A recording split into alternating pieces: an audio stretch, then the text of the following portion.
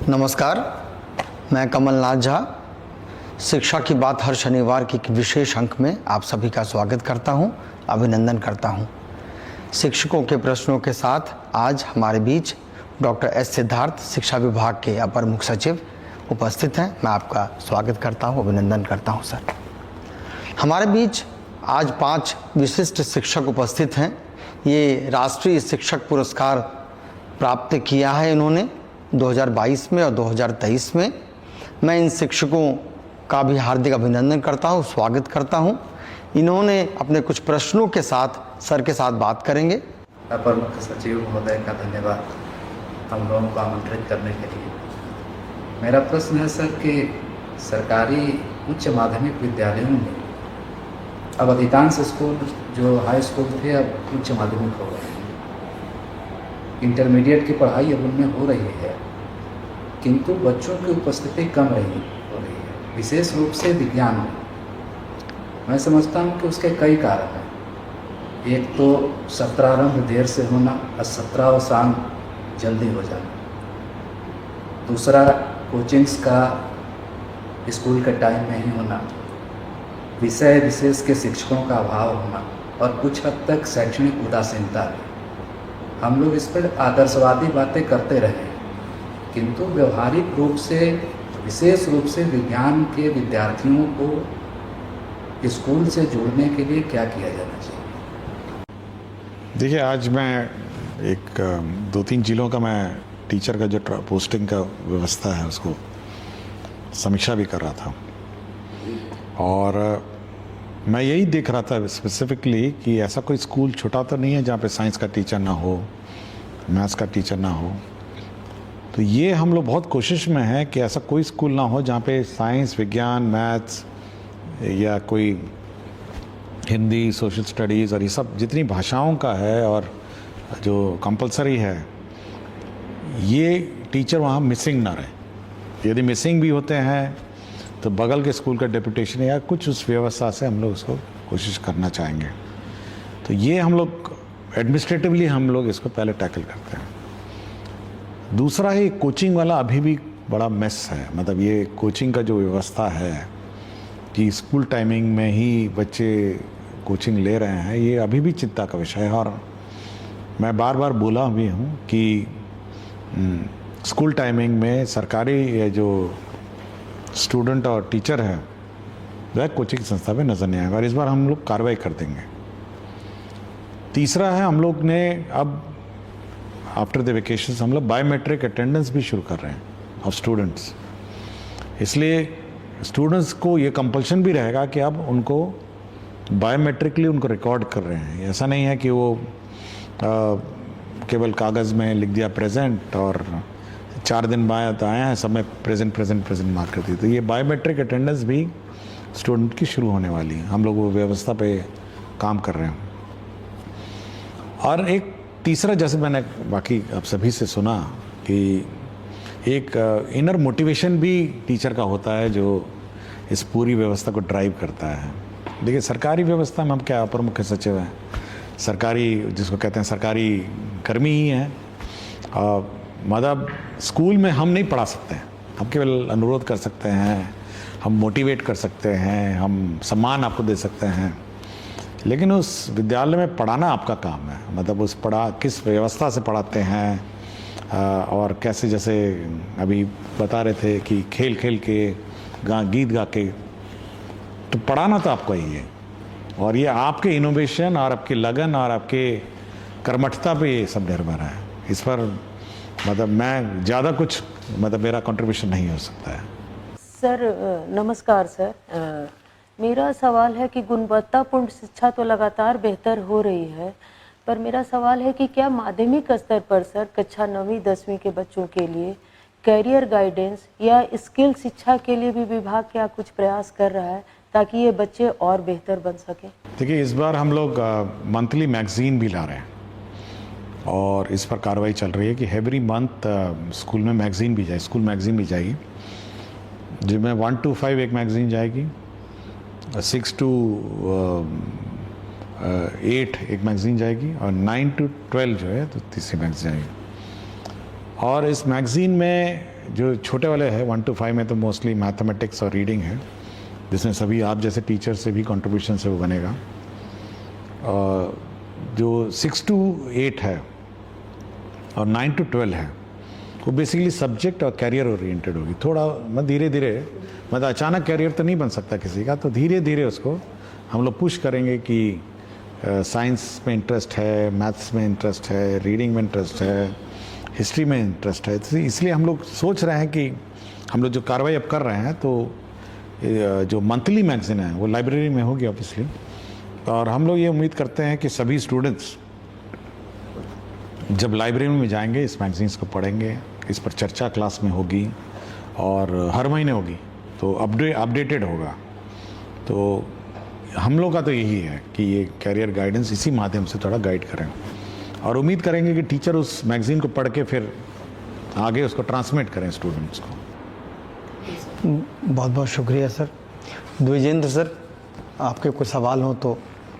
आज हम लोगों को इस लायक समझे आप कि हम लोग भी कुछ शिक्षा के क्षेत्र में काम कर सकते हैं, तो इसके लिए सर आपको बहुत बहुत धन्यवाद, कोटि कोटि प्रणाम कि इतना बड़ा सम्मान पदाधिकारी का स्तर से जब से पुरस्कार मिला है, राष्ट्रीय शिक्षक पुरस्कार, तब से राज्य स्तर से लेके और जिला स्तर तक नहीं मिला था।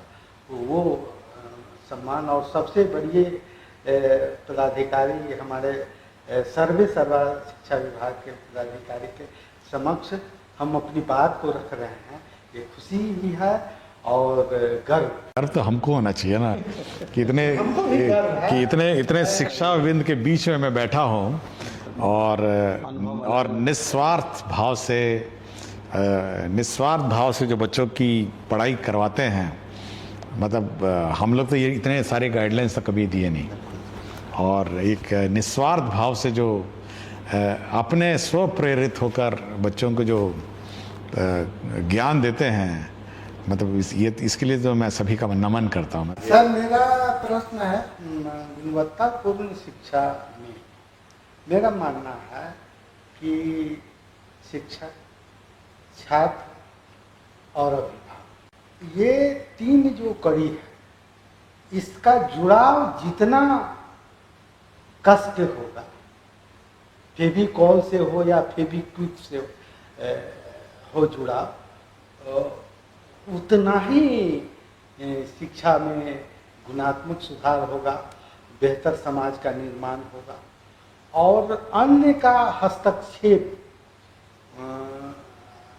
को थोड़ा कम किया जाए, और इन तीनों का जुड़ाव कितना ज़्यादा हो।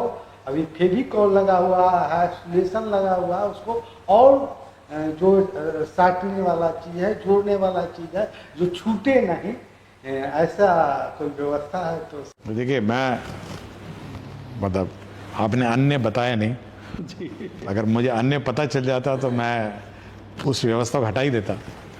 तो अब अन्य क्या है ये अब स्पष्ट नहीं मुझे किया, लेकिन हमारा मानना है कि 3-4 प्रकार के 4 स्टेक होल्डर हैं। एक तो शिक्षक हैं, एक स्टूडेंट है, एक अभिभावक है, और पंचायत के जनप्रतिनिधि हैं जो वहाँ पे गांव में घूमते हैं और गांव की व्यवस्था देखते हैं और ये खोजते हैं कि बच्चा कौन बाहर है अंदर है। तो ये सारी व्यवस्था मिलकर ही बनेगी। मतलब हमारा अपना मानना है कि जब तक समाज शिक्षा को अपना परम स्थान, जो वो सबसे इम्पोर्टेंट स्थान नहीं देगा, तब तक वो नहीं होगा। मतलब ये बिल्कुल नहीं है। अगर समाज सोचता है कि ऐसे ही है, स्कूल है, सरकारी कर्मी है, तब तो नहीं होगा ही। तो सभी को ये मतलब सोचना पड़ेगा कि जो शिक्षा का जो एक तो शिक्षा है सबसे इम्पोर्टेंट मतलब स्थान है, वो समाज को सोचना पड़ेगा। मुखिया जी हो, पंचायत समिति हो, या जो भी, और जीविका भी हो, और फिर ये जो फेविकॉल जिसकी बात करें, तीनों जुड़े हुए हैं, ये होना चाहिए। हमारी कोशिश है कि जो सरकारी व्यवस्था है, जो आपका BEO है और जो बाकी सरकारी कर्मी हैं, वो आपको परेशान न करें। यदि उसी को अपने अन्य बोला है तो बात अलग है, तो मेरा अपना है कि ना ही आपको उसके पास जाना पड़े और ना ही उसको आपके पास आना पड़े। मेरी ये है एक सबसे आइडियल व्यवस्था है, ना आप उसके पास जाएं ना वो आपके पास आए। आप स्वतः प्रेरित रहें, आपने रिकॉर्ड कीपिंग है, जो भी ऑनलाइन अपना कंप्यूटर है उसमें डालिए कि भाई इतना अटेंडेंस आया, इतना ये हुआ। आपकी छुट्टी चाहिए तो ऑनलाइन डाला कि ऑनलाइन अपना अप्रूवल हो। तो मेरी तो अपनी कोशिश है कि ये जो अन्य जिसको आप कह रहे हैं ना, उसको जितना दूर रखा जाए आपसे और जितना ऑनलाइन उसको करा जाए उतना मैं कोशिश कर रहा हूँ। मेरा अपना ये ऑब्जेक्टिव है। और समाज के 4 जो भाग हैं, समाज का पंचायत है और पंचायत प्रतिनिधि और सब हैं, सब लोग हैं, और शिक्षक और टीचर और स्टूडेंट है, ये सब मिल के यही मेरा अपना है। मैं इसी पे काम करता हूँ। नमस्ते सर। और सबसे पहले तो सर इस पहल के लिए आपको हृदय से आभार कि आपने हम सभी को यहाँ एकत्रित किया और आप हमारी बातों को सुन रहे हैं, उसका निवारण भी निकाल रहे हैं। तो नहीं, आप तो और कष्ट लेकर आई हैं। आप तो दिल्ली से आई हैं। तो मेरे कार्यक्रम में आप दिल्ली से छुट्टी के दौरान बेटी छोड़ के आप आई हैं, तो इसके लिए तो मुझे आपको आभार प्रकट करना चाहिए। ये आपका प्यार और सानिध्य है जिसके कारण आपने खबर किया और हम लोग ये अवसर चूकना नहीं चाहें। तो सर मेरा यही प्रश्न है कि जैसा कि हम लोग जानते हैं, मेरा विषय अंग्रेजी है, तो पहला प्रश्न तो मैं उसी से करना चाहूँगी सर कि सरकारी विद्यालय में बच्चे अंग्रेजी सीखने और बोलने में बहुत ही संघर्ष का अनुभव करते हैं सर, क्योंकि ऑप्शनल सब्जेक्ट भी कहा जाता है इसको, और अंग्रेजी चूँकि विदेशी भाषा के रूप में है तो इससे थोड़ा डरते भी हैं सर। तो सर क्या मैंने अपने स्तर से तो इंग्लिश क्लब की स्थापना की है, लेकिन सर क्या सरकारी योजना में ऐसी कोई योजना है जैसे कि हम स्पोकन इंग्लिश क्लब या फिर लैंग्वेज लैब कहकर कुछ हम लोग स्थापित कर सके विद्यालय में? देखिए 1 to 5 तो टोटली मातृभाषा ओरिएंटेड है। उर्दू है तो उर्दू है, हिंदी है तो हिंदी है, तो वो बिल्कुल 1 to 5 तो हम लोग ने कॉम्प्रोमाइज़ नहीं किया। 6 से हम लोग इसको इंट्रोड्यूस करने की कोशिश में हैं। और जो मैगज़ीन की बात करते हैं इस बार जो हम लोग करेंगे, उसमें बहुत कुछ पन्ने अंग्रेज़ी के हैं, पर इंग्लिश स्टोरीज़ हैं, इंग्लिश ग्रामर है, इंग्लिश रीडिंग है। और धीरे धीरे उसको हम लोग, जैसे हम लोग भी मैगज़ीन पढ़ते थे बचपन में, तो कुछ हिंदी के पन्ने थे, कुछ इंग्लिश के पन्ने रहते थे। तो इस बार भी हम लोगों ने इंग्लिश के पन्ने डाले हैं और धीरे धीरे हम लोग चाहते हैं कि इनको उस ओर लेके जाएं कि धीरे धीरे ओरिएंट किए जाएं।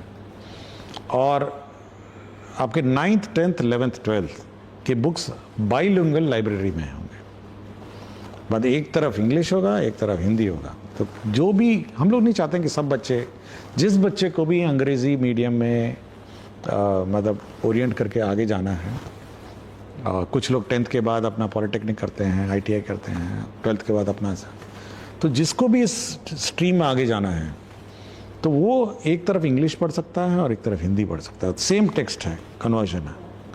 तो उससे क्या होगा कि बच्चा, बड़ी संख्या में किताबें, छोटी संख्या में नहीं है, हम लोग चाहते, हम लोग उसको बार बार रीप्रिंट करके, क्योंकि बहुत मोटी किताबें हैं, हम लोग चाहते हैं कि बच्चे इंग्लिश और हिंदी एक साथ पढ़ें और धीरे धीरे ये ट्रांजिशन होता रहे।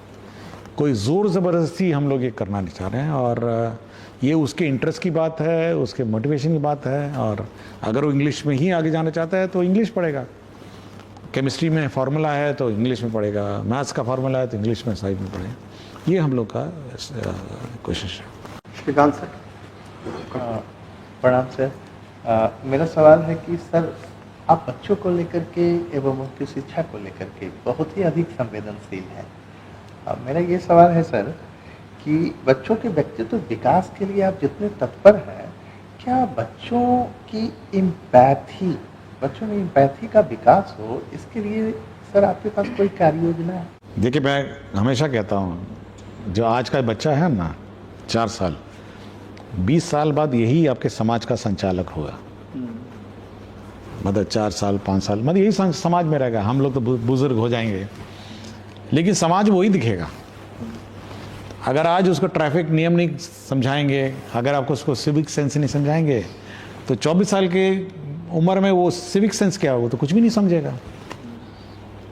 समाज में जो न्यूसेंस होता है ना, वो उस स्टेज से निकलता है। जैसे मैडम बता रही थी, किशनगंज में लड़की और लड़कों के बीच का जो कोऑर्डिनेशन है, अगर हम ये कोऑर्डिनेशन हम लोग बचपन से उनको नहीं सिखाएंगे तो भविष्य में बहुत समस्या खड़ा कर देगा। मतलब हो सकता है वायलेंस अगेंस्ट वुमेन हो जाए। और मैं बहुत ही घोर विरोधी हूँ इस बात का, घोर विरोधी, कि कोएड स्कूल में एक क्लासरूम में लड़कियों को बैठा दीजिए, दूसरे क्लासरूम में लड़कों को बैठा दीजिए। और कभी कभी मैं मास्टर्स से पूछता हूँ, हेडमास्टर से, भाई ये क्यों बैठाएं आप? तो उनका कहना था कि लड़के बहुत बदमाशी कर रहे हैं इसलिए लड़कों को अलग बैठा दिया और लड़कियों को अलग बैठा दिया। मैंने कहा ये बताओ यार, जब ये बाहर जाएंगे समाज में या घर ही जाएंगे ये, मतलब हर बार आपका 12 घंटे तो स्कूल में नहीं है, वो तो 4-5 घंटे हैं। सिखाना आपका काम था कि भाई लड़की और लड़के समाज में एक मतलब कोऑर्डिनेशन के रूप में या कोऑर्डिनेट करके कैसे रहें। वो तो बाहर जाकर तो क्या करेगा आप समझ सकते हैं, वो लड़की के साथ छेड़खानी कर देगा। तो ये जो शिक्षा है ना, शिक्षा, ये केवल स्कूल के इसका जो आउटकम है, इसका ये केवल वो जो घंटों से सीमित नहीं है कि सुबह 6 बजे आइए 12 बजे जाइए उसके बाद पिंड छुड़ाइए। नहीं, ये पूरा का पूरा आपके वर्तमान समाज का इफेक्ट करता है और भविष्य में भी यही आपको सामने दिखेगा।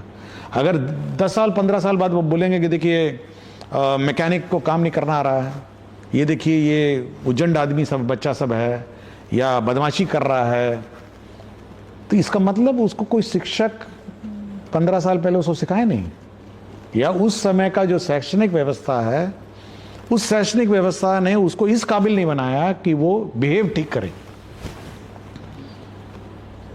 तो एम्पैथी की आपने बात की, एम्पैथी भी वही बात है।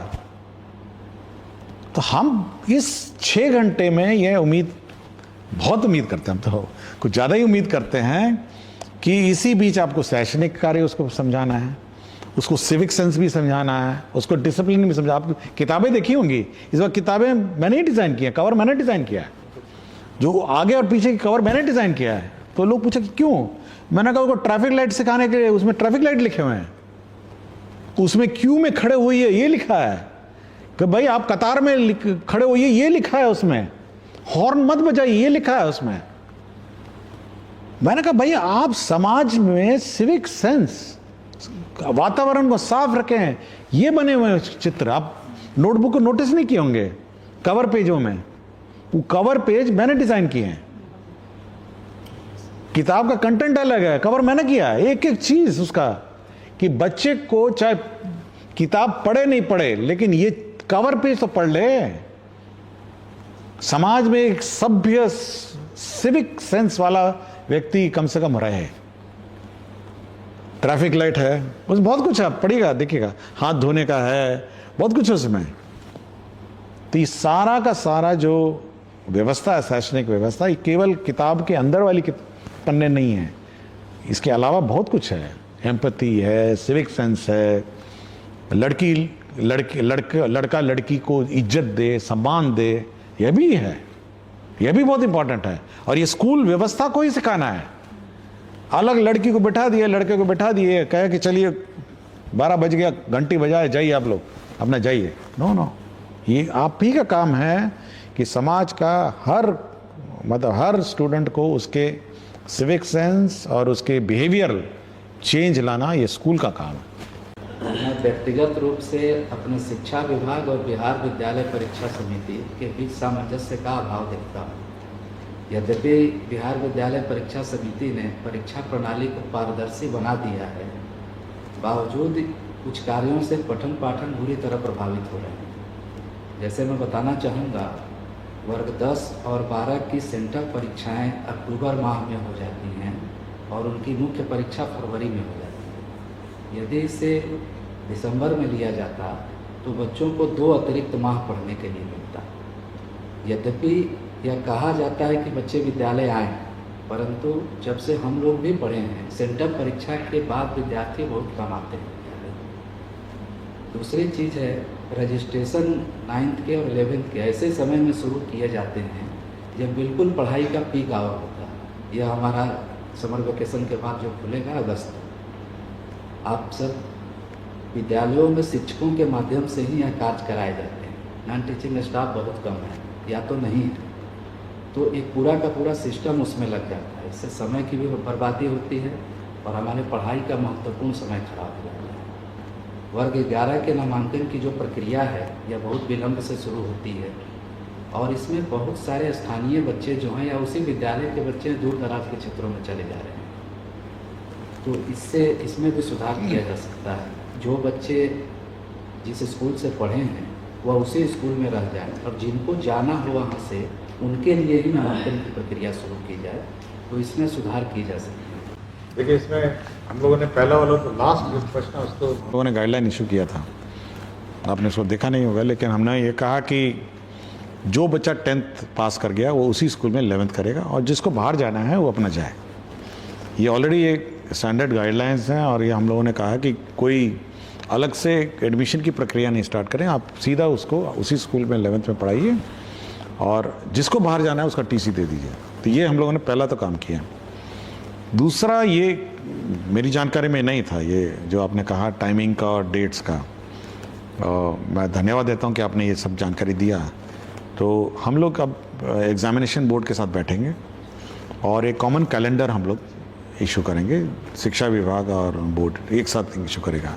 आपने कहा है कि बड़ी जल्दी सेंटअप परीक्षा होता है, तो इसको ऑब्वियसली हम लोग इसको आगे पीछे करेंगे अब, और रजिस्ट्रेशन की प्रक्रिया भी ऐसी करेंगे ताकि ज़्यादा मेहनत ना लगे और मतलब और ऐसे समय हो जहाँ मतलब एक प्रक्रिया को भी सरल करने की कोशिश करेंगे। तो ये हम लोग कोशिश करेंगे, लेकिन कैलेंडर हम लोग जॉइंटली इशू करेंगे, पहले तो ये है।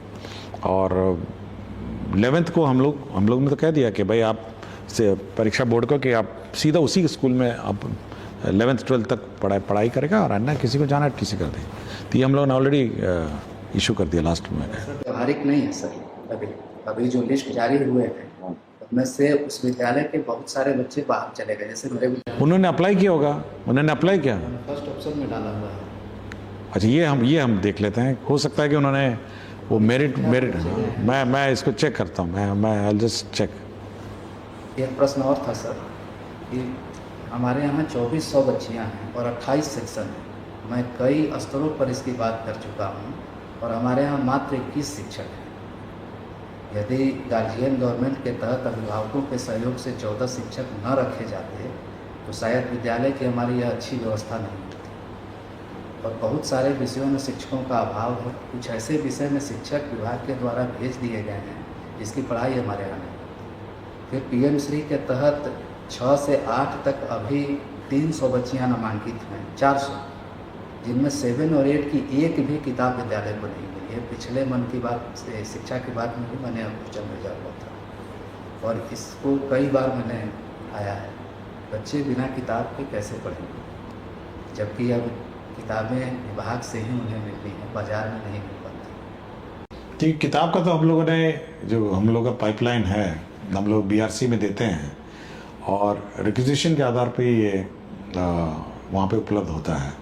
अब किस कारण से नहीं हुआ है ये मैं चेक करूँगा, ये आई चेक इट अप। और जहाँ तक जो असमंजसता मतलब इंटर स्कूल डिसबैलेंस है, तो हम लोगों ने एक अलग से एक जिला स्तर पर DM की अध्यक्षता में एक स्थापना समिति का गठन किया है और जहाँ पर PM श्री, विशेषकर जो PM श्री है या सेंटर फॉर एक्सीलेंस, बहुत सारे स्कूल्स हैं, आइडियल स्कूल्स हैं, तो वहाँ पे हम लोगों ने लोकल पावर वेस्ट किया हुआ है जिसमें DM अध्यक्ष हैं कि आप ऐसे जहाँ टीचर की कमी है वो आप वहाँ पे ट्रांसफ़र कर सकते हैं विद इन द डिस्ट्रिक्ट। हम लोग का है कि विद इन द डिस्ट्रिक्ट जिला स्थापना समिति करेगी और इंटर डिस्ट्रिक्ट हमारा डायरेक्टरेट करेगा। तो अभी तो सब ट्रांसफ़र में होंगे, तो जब आप स्कूल में जाएंगे तो जो स्कूल के टीचर्स और जो सब्जेक्ट्स के टीचर मिसिंग हैं, तो जिला स्थापना समिति इसको कोऑर्डिनेट करके वापस अपने अपने जगह पे डालेंगे। और अगर आपको 14 टीचर्स चाहिए भी होंगे तो किसी स्कूल से आपको ट्रांसफ़र करके इसको पोस्ट कर देंगे। तो डिस्ट्रिक्ट स्थापना समिति जो DM की अध्यक्षता में है, जिसमें DDC मेंबर हैं और DEO उसके मेंबर सेक्रेटरी हैं, तो ये नॉर्मलाइजेशन व्यवस्था विद इन द डिस्ट्रिक्ट करेंगे। मेरा एक विज्ञान शिक्षिका हूँ तो विज्ञान से ही जुड़ा हुआ सवाल है सर। विज्ञान में तो अभी बिहार में काफ़ी अच्छा बदलाव भी हुआ है सर, गतिविधि आधारित शिक्षण भी हो रहा है, बच्चे सीख भी रहे हैं। उसी में सर एक इंस्पायर अवार्ड मानक के अंतर्गत बच्चे अपने आइडिया भेजते हैं। तो सर बच्चों के आइडिया तो सेलेक्ट हो जाते हैं, पर उस आइडिया पे बेहतर प्रोटोटाइप बना पाए, तो क्या सरकार बेहतर प्रोटोटाइप बच्चों के बनवाने के लिए क्या कुछ प्रयास मतलब विभाग के द्वारा किया जा रहा है सर? उसमें क्या चाहिए आपको, मतलब आपको कोई फंड्स चाहिए या क्या? मेरा जो खुद का सोच, मैं कई स्तर पे इस पे मतलब जब जहाँ मुझे बुलाया गया तो उस पर चर्चा भी किया। मैं सर जैसे मेरा खुद का सुझाव है कि जैसे बच्चों के जब प्रोटोटाइप आइडिया सेलेक्ट हो जाते हैं तो हर ज़िले में सर कहीं ना कहीं पॉलिटेक्निक और इंजीनियरिंग कॉलेज तो हैं सर।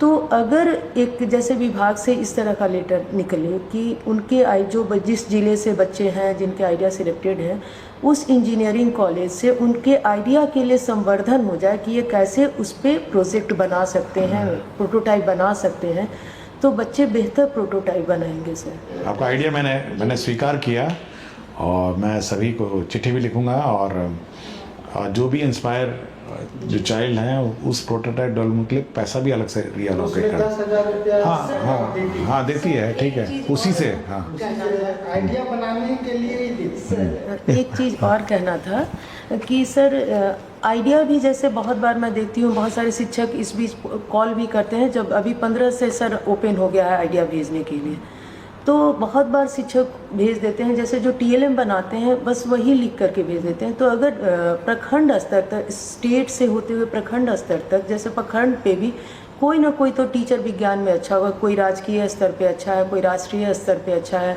इवन PBL के थ्रू सर भी बहुत सारे प्रखंड लेवल पे अच्छे टीचर हैं। तो शिक्षकों के आइडिया संवर्धन के लिए ब्लॉक लेवल पे भी जैसे इस तरह का एक शिक्षकों को के लिए आइडिया संवर्धन के लिए किया जाए, ताकि वो उन बच्चों से आइडिया भी अच्छे आएँ, ताकि बिहार आगे बढ़े। और टॉप 60 में बच्चे जो नहीं आ पाते हैं सर, तो आपके प्रयास से ये 2 कार्य अगर होगा तो प्रोटोटाइप भी बेहतर बनेंगे और आइडिया भी बेहतर आएंगे सर। आपका शुक्रिया कि आपने बच्चों को NCERT दे करके उसको कम्पिटिटिव बनाया। नहीं, हमारा ये है कि जो हमारे बच्चे हैं वो वही किताब पढ़े जो पूरे देश में सब पढ़ते हैं। ये भेदभाव नहीं होना चाहिए कि वो लेवल यहाँ पे हैं हमारी किताबें। तो हमारा ये था कि मतलब एक मतलब स्तर जो है बच्चे का, शैक्षणिक स्तर पूरे देश में एक होना चाहिए और हमारे बच्चे किसी भी लेवल से कम नहीं होने चाहिए, इसीलिए NCERT की किताब है।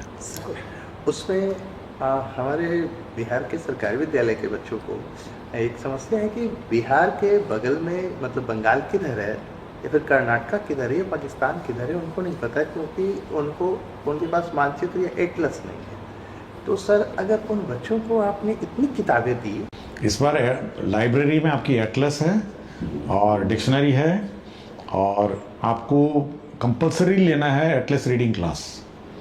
वो मैं इसलिए सर्कुलर ने इशू किया कि अभी पहुंच ही रही होंगी वो, तो आपको एटलस रीडिंग क्लास भी लेनी है, मतलब as part of the regular curriculum, कि वो एटलस सबके पास रहेगी, सब बच्चे एटलस देखेंगे और फिर मानचित्र को आपको पढ़वाना है पूरा, और पूरा मानचित्र प्रैक्टिस करवाना है। Thank you.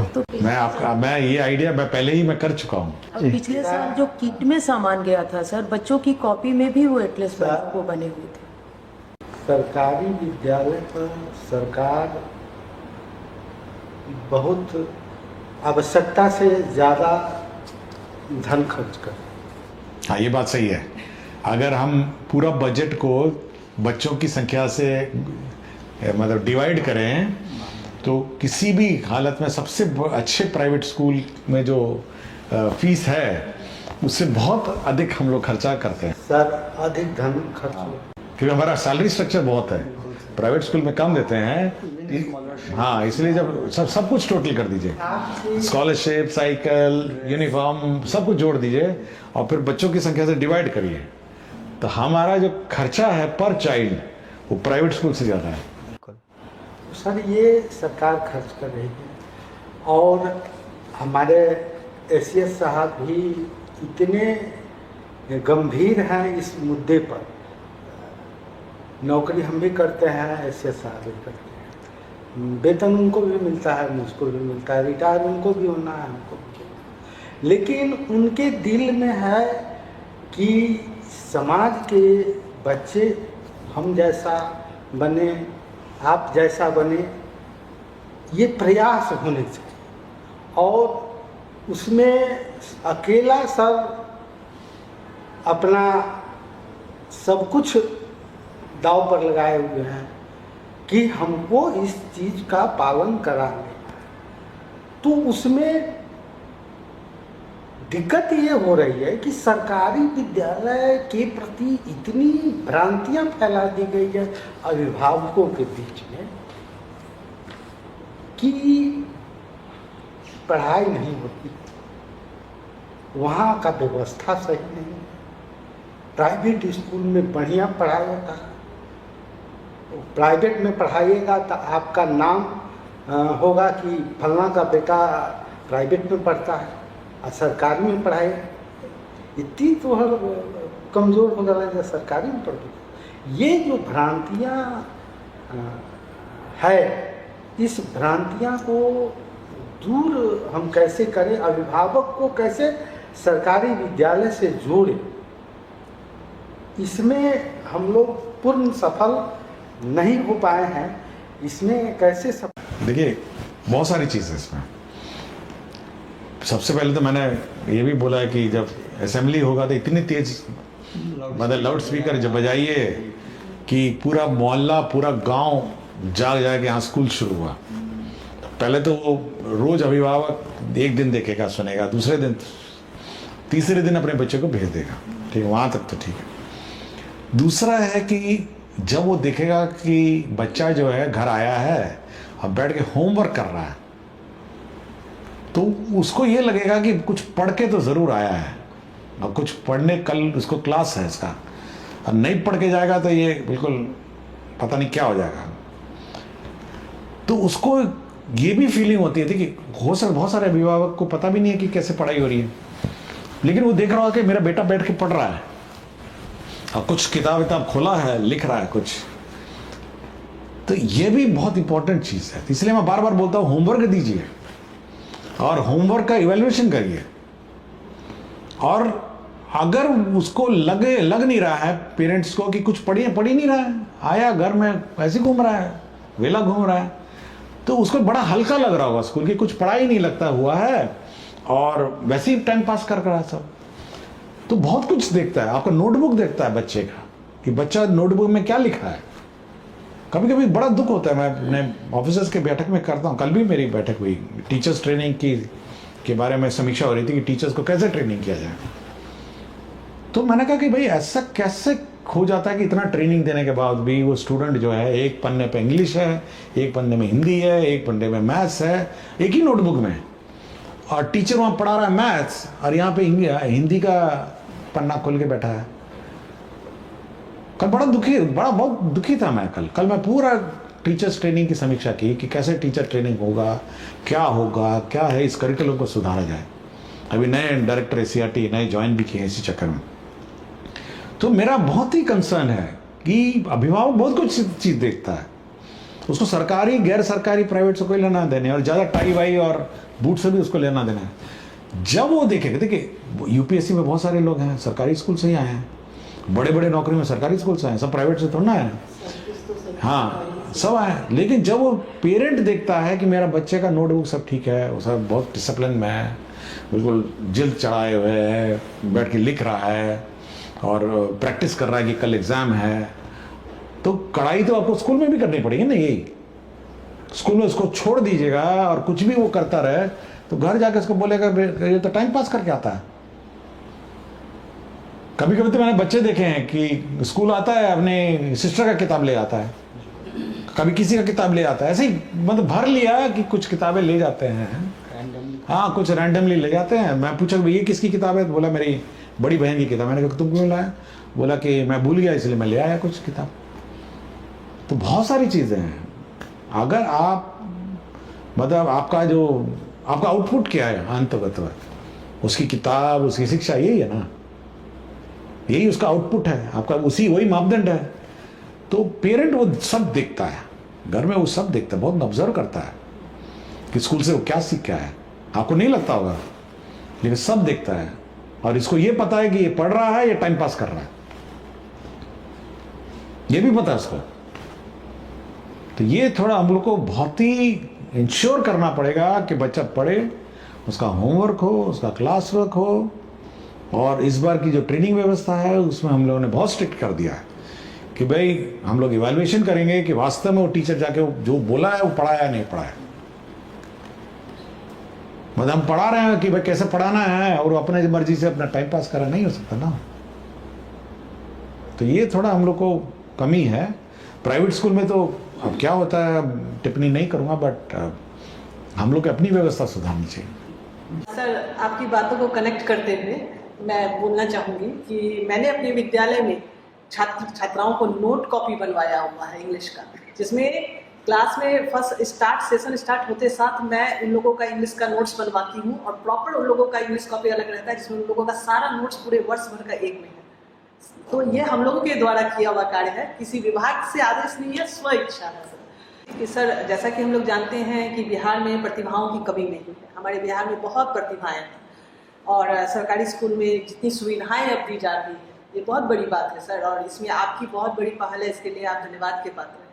तो सर, मैं ये पूछना चाह रही हूँ, जैसे हम लोग ओलंपियाड में बच्चों को बैठाते हैं, NST वाले एग्जाम में बैठाते हैं, ठीक है, और सरकारी स्कूल की तैयारियां बच्चों को करवाना चाहते हैं। जैसा कि मैंने देखा है कि 11th करने के बाद या 12th करने के बाद या 10th करने के बाद ही बच्चे चाहते हैं कि वो प्रॉपर किसी कैरियर को चुने, कैरियर में जाए आगे। तो उसके लिए वो लोग फिर आते हैं हम लोगों के पास कि मैम कहाँ जाना रहेगा। मतलब समझिए जिनके अभिभावक के पास थोड़ा पैसा है तो वो बाहर जाने का सोचते हैं, जिनके पास नहीं है तो वो फिर मन महसूस के रह जाते हैं। तो क्या सर कुछ ऐसा प्लान किया जा सकता है कि बच्चों के लिए हर ब्लॉक में एक रिसोर्स सेंटर डेवलप किया जाए जहाँ की उन लोगों को कॉम्पिटिटिव एग्जाम्स की तैयारी करवाई जाए, डिजिटली इक्विप्ड हो, हर संसाधन हो और अच्छे टीचर्स हो, जिससे कि वो लोग बाहर ना जाकर अपने कंपटीशन की तैयारी अपने ही क्षेत्र में कर सकें। क्या ऐसा कुछ करवाया जा सकता है सर? ये आइडिया अच्छा है, इसका मैं सोचूंगा इसका कि ब्लॉक स्तर पर एक मतलब कंपटीशन का सेंटर रखे, फिर हम लोग टीचर्स का मतलब मांगेंगे कौन कौन टीचर पढ़ाने के लिए इच्छुक हैं, इंटरव्यू लेके उन टीचर्स को उस ब्लॉक में डालें। मतलब वो एक स्कूल ना हो बट कंपटीशन सेंटर हो। और लेकिन वही है कि बच्चे गांव से कैसे आएंगे ये मुझे नहीं समझ में आ रहा है, क्योंकि बहुत दूर से आना पड़ेगा उस ब्लॉक हेडक्वार्टर में। सर उसमें अभी इसको वीकेंड के या फिर वैसे बच्चों को ट्रांसफ़र करना पड़ेगा हमको ब्लॉक। हॉस्टल वगैरह कुछ बनवाना। सर हमारी योजना चल रही कस्तूरबा गांधी बालिका विद्यालय और सुभाष चंद्र बोस बालकों के लिए भी आवासीय विद्यालय, तो इसमें आवासीय रखना पड़ेगा। तो इसमें जो मेधावी छात्र हैं, हाँ, उसको आवासीय रखना पड़ेगा। तो ऊपर 30 के तर्ज पर ही होता है और अभी जो हम रख रहे हैं कस्तूरबा में, तो बच्चे गार्जियन 2 दिन रखते हैं फिर ले जाते हैं, 4 दिन रखते हैं फिर ले जाते हैं, ये समस्या है। लेकिन मेधावी छात्रों को इंफ्रास्ट्रक्चर वही रहेगा कि टीचर उसमें वही रहेंगे, कुछ टीचर के विषय की गत की जरूरत होगी तो अलग से दिया जाएगा। सर, मैंने देखा और मेधावी छात्रों का जो गरीब हैं और मेधावी हैं उनको अवसर मिल जाएगा। अभी भोजन किसी की समस्या नहीं है, पहले ये जान करके कस्तूरबा खोला गया था कि भोजन नहीं है, कपड़ा नहीं है, तो सरकार तो विद्यालय में भोजन भी दे रही है, कपड़ा भी दे रही है, पैसा दे रही है, कलम दे रही है, किताब दे रही है, सैनिटरी पैड का पैसा दे रही है, सब कुछ आपके माध्यम से सरकार नहीं कोशिश करते हैं ये एक बार, क्योंकि ये कहीं मुझे पहले भी सुझाव आया था कि ब्लॉक स्तर पर 538 ब्लॉक में मतलब मेधावी स्टूडेंट के लिए कैरियर गाइडेंस और कैरियर कोचिंग के लिए मतलब सेंटर मेडिकल का अलग हो, इंजीनियरिंग का अलग हो, ये मैं इसको हम लोग वर्कआउट करते हैं, क्योंकि टीचर्स फिर हम लोग फिर इंटरव्यू से करके ले लेंगे। ब्लॉक में जो अच्छे स्कूल हैं, बड़े स्कूल हैं आपके ब्लॉक में, अच्छे टीचर्स भी हैं, बहुत सारे तो हमारे यूपीएससी लिख के लौटे हैं और बीपीएससी लेके लौटे हैं, तो उससे ज़्यादा थोड़ा ना कोचिंग इंस्टीट्यूट के टीचर्स हैं, ये तो बहुत अच्छे अच्छे टीचर्स हैं, तो उनको ऑप्शन दे दिया जाएगा, वो वैसे ही ब्लॉक मुख्यालय में आके पोस्टिंग हो जाएगा। ट्रेनिंग के लिए आपने बहुत बेहतरीन शेड्यूल बनाया जो SCERT करा रही है डाइट, और बहुत टाइट शेड्यूल्ड है। मैंने देखा से पूरा, प्रिंसिपल सर गेट पे खड़े हैं, 1 मिनट में कोई डिले नहीं, और बहुत मज़ा आया पढ़ने में। नए नए विषय हैं जो हमारे बहुत काम के हैं, लेकिन सर उसमें एक सुधार की ज़रूरत है। कोई टॉपिक ऐसा है सर जिसको 2 या 2.5 सेशन की ज़रूरत है, कोई एक सेशन में उनको समाप्त करना पड़ता है, बहुत फास्ट। देखिए, ट्रेनिंग का मेरा अपना अलग नज़रिया है। ट्रेनिंग का मेरा नज़रिया है कि हम लोग को ट्रेनिंग इंस्टीट्यूट में सब्जेक्ट ट्रेनिंग नहीं देना चाहिए। वो यूट्यूब में है, अपना देखिए, ऑनलाइन देखिए, पढ़िए, अपना करिए। हमारा ये है कि ट्रेनिंग स्कूल्स में कैसे पढ़ाना है, इस पर ट्रेनिंग होना चाहिए, क्योंकि वही मिसिंग है, मतलब वही गड़बड़ा रहा है। मतलब जो है कि स्कूल में कैसे, मतलब हाँ, में होमवर्क देना है, क्लास वर्क देना है, स्टूडेंट को कैसे अट्रैक्ट करना है, स्कूल का संचालन कैसे करना है, क्लासरूम का संचालन कैसे करना है, PTA कैसे करना है। तो हम लोग ये इस बार फोकस कर रहे हैं नॉट ऑन द सब्जेक्ट। हम लोग चाह रहे हैं कि आपका ये स्कूल का संचालन और स्कूल में जो प्रक्रिया है, इस पे ज़्यादा फोकस करेंगे।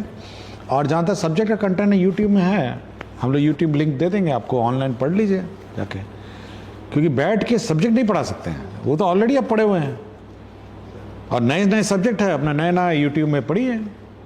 तो ये थोड़ा हम लोगों को इस बार फोकस चेंज कर रहे हैं, और कोशिश कर रहे हैं कि क्वालिटी ऑफ एजुकेशन कैसे इम्पार्ट की जाए। किताब है तो उसको इम्पार्ट कैसे किया जाए, उस पर ज़्यादा हम लोग का फोकस है इस बार। और सब्जेक्ट तो हम लोग उम्मीद करते हैं कि आप लिंक से पढ़ेंगे, और जो ऑनलाइन क्लासेस है उसको अटेंड करेंगे। हम लोग मैं विशेषकर सबको अपना आभार प्रकट करता हूं कि बहुत दूर दूर से सब आए, और बहुत ही सम्मानित शिक्षक हैं और अवार्ड विनिंग शिक्षक हैं। मुझे बहुत अच्छा लगा, और मैं काफ़ी देर सुनता भी रहा। मैं आज एक तरफा काफ़ी सुना मैं, और ये मेरे लिए ज्ञानवर्धक रहा, और मैं सभी का अपना आभार व्यक्त करता हूँ। और मैं चाहूँगा कि इनकी जो बातें हैं, जो भी हमारे शिक्षक सुन रहे हैं, इसको एक मार्गदर्शन के रूप में लें, और अपने अपने स्कूल में व्यवस्था को सुधारेंगे। धन्यवाद, बहुत बहुत धन्यवाद। फिर हम अगले अंक में शिक्षा की बात हर शनिवार के अगले अंक में फिर उपस्थित होंगे। आपका धन्यवाद, बहुत बहुत धन्यवाद।